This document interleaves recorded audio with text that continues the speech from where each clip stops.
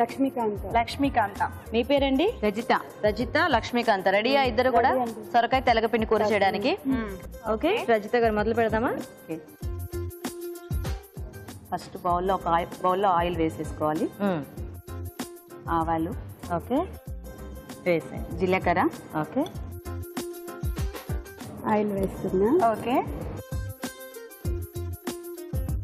So నూనె వేసుకున్నారు. ఇప్పుడు తాలింపు గింజలు వేయండి. కరివేపాకు, ఓకే పచ్చిమిర్చి, ఓకే. ఇక్కడ ఇది వేగాయండి. ఇప్పుడు కరివేపాకు వేద్దాము. తర్వాత జీడిపప్పు వేద్దాము. జీడిపప్పు,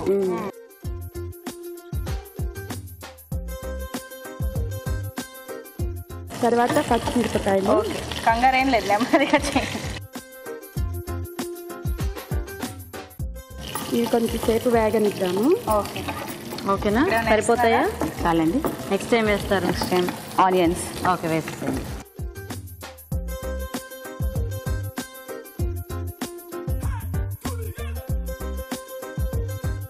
ఇప్పుడు ఇందులో ఆనియన్స్, ఎల్లిపాయ ముక్కలు ఉన్నాయి, అవి వేసేద్దాం. రెండు వెల్లుల్లి కూడా ఉల్లిపాయ. వెల్లుల్లి వేస్తే బాగుంటుంది కదా ఈ తెలగపిండి వాడే దాంట్లో టేస్ట్.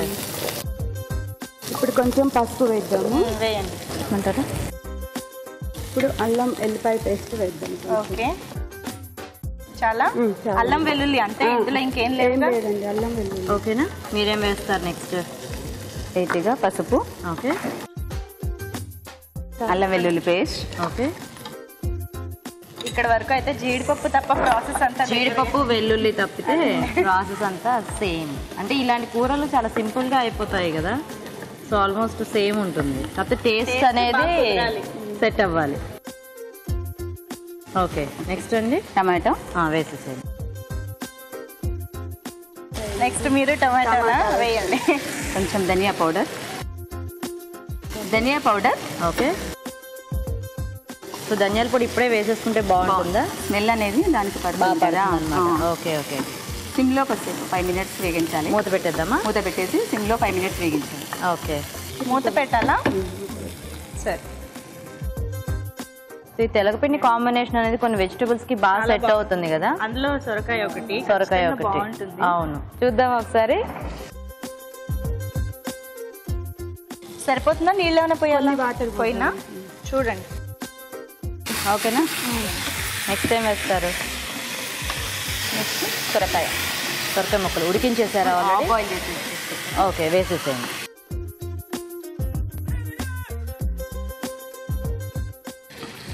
పసుపు వేసి బాయిల్ చేశారా? లైట్గా, అదే కలర్ తెలిసిపోతుంది.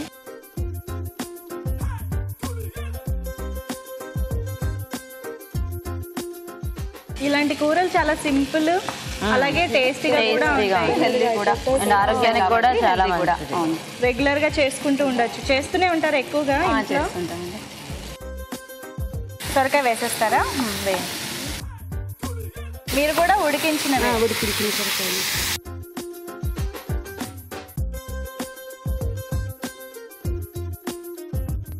కొద్దిగా కారం పొడి సరిపడా. ఆల్రెడీ పచ్చిమిర్చి వేసేసాం కాబట్టి లైట్ గా వేసుకుంటే కలర్ఫుల్ గా ఉంటుంది. Next salt. కానీ ఇలాంటి కూరల్లో కారం కన్నా చక్కగా పచ్చిమిరపకాయల కారం బాగుంటుంది. సొరకాయకి పచ్చిమిరపకాయ ఫ్లేవర్ బాగుంటుంది. తెల్లగపిండి వేసాం కాబట్టి కారం వేసుకుని బాగుంటుంది. అవునా? అలా ట్రై చేశారనమాట అయితే. అదే కొంచెం పచ్చిమిరపకాయలు కొద్దిగా పొడి కారం వేసుకుంటే బాగుంటుంది. అయిపోయినట్టుంది కదా ఆల్మోస్ట్. నూనె అంతా బాగా రిలీజ్ బయటకు వచ్చేస్తుంది. ఇప్పుడు తెల్లపిండి సరిపడా తెల్లపిండి వేసుకుని గ్రేవీ ఎక్కువ కావాలనుకున్న వాళ్ళు కొంచెం ఎక్కువ వేసుకోవచ్చు, కర్రీలా కావచ్చు, తక్కువ వేసుకోవచ్చు. ఎలా అయినా మనకి ఎంత తీసుకున్నామో దాని తగ్గట్టు వేసుకుంటే బాగుంటుంది. వేయండి వాటర్. ఓకే, కొంచెం సాల్ట్ వేసి కారం వేద్దాం. ఓకే, ఇందాక కొద్దిగా వేసుకున్నారు కదా, సో కూరకు సరిపడా వేసేస్తున్నారా? మిరపకాయలు వేసాం కాబట్టి కొంచెం కారం వేద్దాం.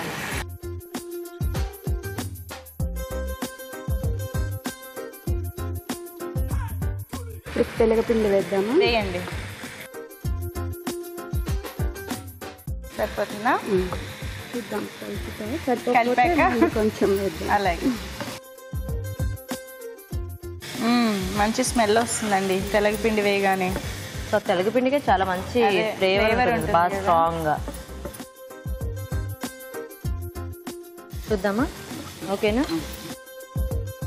ఓకే. బౌల్లో తీసేస్తారా? తీసేసుకొని లైట్గా కొత్తిమీర గార్నిష్ చేసి ఓకే చేయండి. ఒకసారి ఇది పట్టుకోండి మీరు. నేను చూడండి.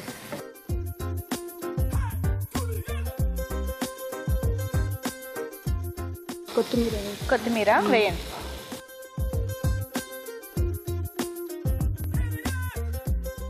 ఓకే అయిపోయిందా? అయిపోయిందండి. కొంచెం లైట్గా కొత్తిమీర పైన గార్నిష్ చేసుకుంటే ఓకే రెడీ అయినట్టు. రెడీ అయిపోయింది. అయిపోయిందండి. ఇక్కడ కూడా అయిపోయింది, తీసేస్తున్నాం.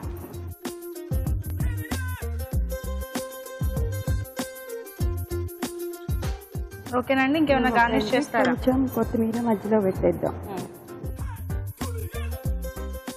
ఓకే సో 2 రకాలుగా కూడా రెడీ.